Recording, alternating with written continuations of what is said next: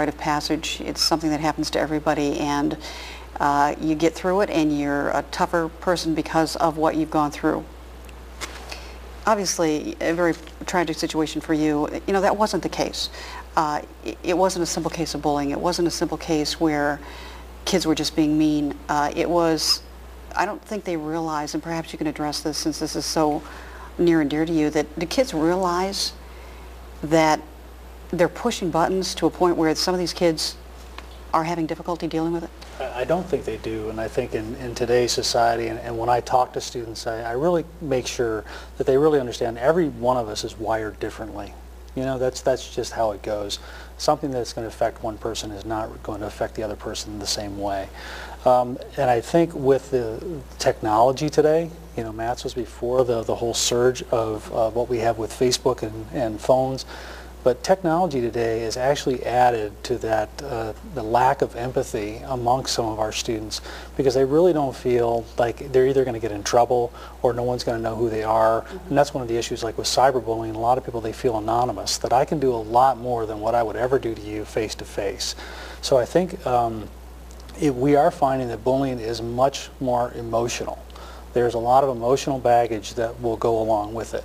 I have never conducted a seminar where I've asked at the very beginning, you know, how many of you remember the school bully, and every hand will go up in the room. And never have I had anybody, you know, not a room of empty hands down, because everybody remembers that. Everybody remembers who that person was. And I think what I also hear is a lot of parents, well, I lived through it. It might have been hell and I lived through it, but I like to say, well, then why don't we make it better? You know, if you lived through it and you knew it was bad, you know, help us make it better for our students. And I do think, you know, it's that constant barrage that some of the students get. It could be very little things. To us, could be very minor. To them, it's the world. You know, their peer pressure is enormous today. And that can take its toll. And I think that it can lead to teen depression, and then eventually, in the most drastic cases, suicide. We see a lot of cutting. We can see a lot of drug abuse. Dropout rate. The dropout rate is connected to bullying.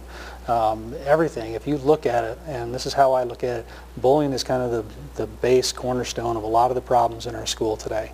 And we've just kind of looked past that. You know, we've looked at some of the other things, and that's what we attack, but we're not attacking the real problem. And I think, you know, with the athletic side, I would love to see more training of our student athletes. Those who kind of hold higher positions, if you will, in our schools, they take on leadership. That they become the leaders within that school, and they actually mentor and kind of protect the younger students. And we start to see that. Bullying isn't cool. Yeah, bullying isn't cool. And I think we can make, you know, not being a bully just as cool as what they think it is today.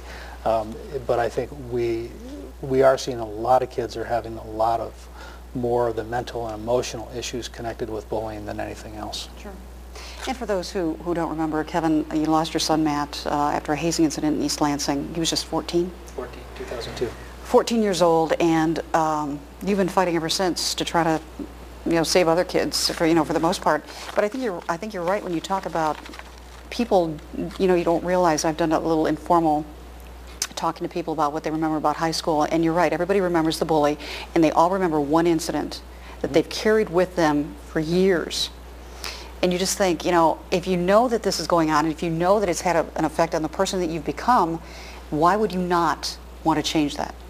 Well, I call those psychic scars. You know, it really is. It's a psychic scar, and you carry it with you. I mean, I've never met anybody who hasn't had that. What we're talking about here, too, is at the base is community. You know, the community comes together, and we talk about immunizations. We're talking about coming together, and how do we protect our kids on the field.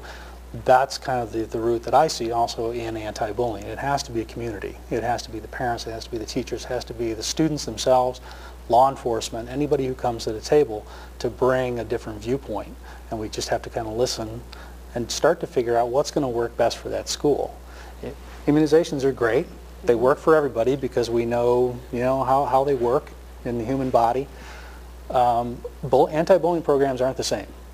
You can have a model and an outline, but what works in Owasso is not going to work the same in Flint. Yeah, true. You have to model it to the community that it has to survive it.